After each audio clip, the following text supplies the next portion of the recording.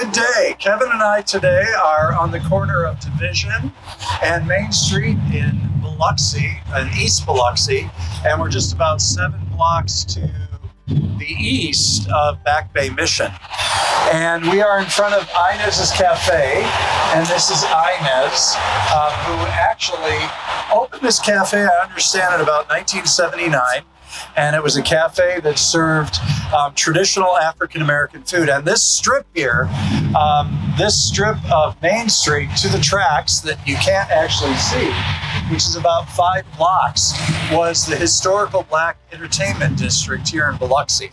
It was kind of called a little New Orleans, if you will, with a lot of jazz, a lot of blues. And actually, as I understand it, historically, down the center of this street, there were palm trees. It was a beautiful street with beautiful buildings and beautiful music and beautiful people. But Miss Inez opened this in 1979, and actually in 2017 it was closed, and she's recently passed away. So we add our condolences and respect to her as somebody who really created an incredible community center, a center for the Black community to be together, to celebrate, to listen to music, to celebrate food, to celebrate soul food, and celebrate their culture here in Biloxi.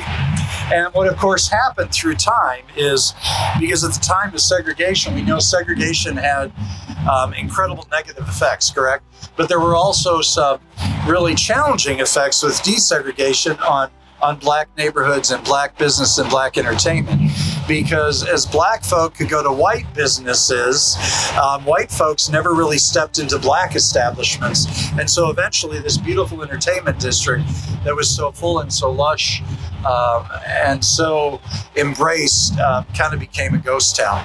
And right now, as you're kind of up and down the street, you have the remnant of the building here, right, of a center that was really food and community center, and you have Tyrone's Barbershop and a couple of churches, which are all that's really left on this strip.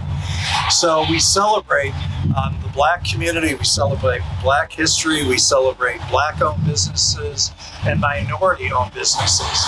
And so this is actually a very, very recent mural that was created by a local muralist here who is African-American, who grew up in the community and is about 40 years old.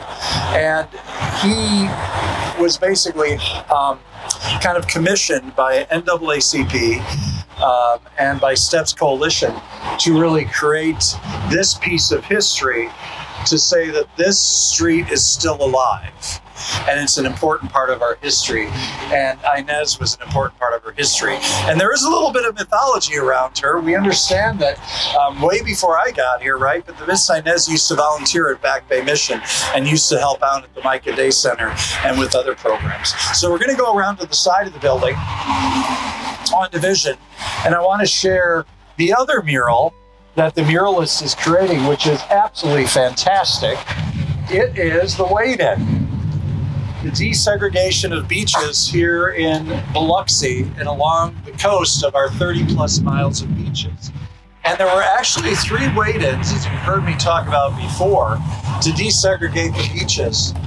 And it was an incredible time in really the history of Biloxi. And some really see this as one of the key movements, right, that brought desegregation to the Deep South.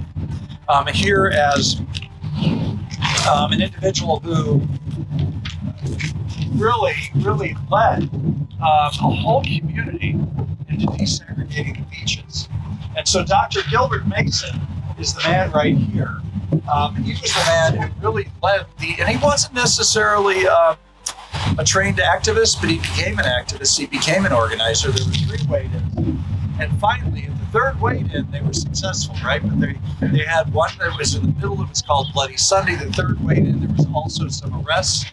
But fortunately, then a couple of years later, they actually decreed that the beaches in Biloxi would now be desegregated. And so that's what we really wanted to share today. And the beauty of this, and our connection at Back Bay Mission, this is that at that 3rd Wade-In, the executive director and some other volunteers and another staff person actually participated and stood in solidarity with the Black community as they waded into the waters of the Gulf Coast. And so we are, I guess you could say that we're, at Back Bay Mission, we feel a deep sense of connectivity, right, to this particular mural, and a deep connectivity to Inez, who potentially, as we understand it, gave food and also volunteered at Back Bay Mission.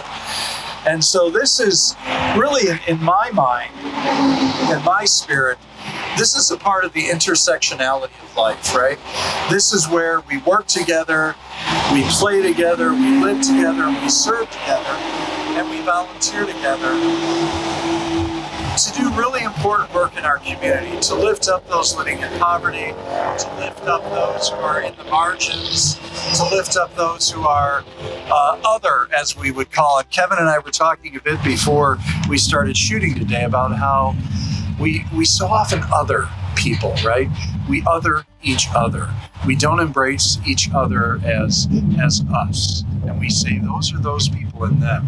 And I think here on this corner is a confluence, an intersection of life, of community, of humanity, and of divinity. And so we wanted to share these murals, and we will hopefully get an interview with the muralist soon. But we wanted to share these because they're important to the life of Back Bay Mission, they're important to the life of Biloxi, and they're really important to the life of humanity, right? As we all continue to struggle for equity and for equality. So thanks for joining me today. We will probably be back on location again to show you the finished product of these beautiful murals. And we're grateful for the City of Biloxi, we're grateful for the NAACP and STEPS Coalition for actually envisioning this to say that Biloxi's alive, Biloxi is still kicking, and this street, this historic street is really important to our history, and it's really important to our lives. So thank you for joining me.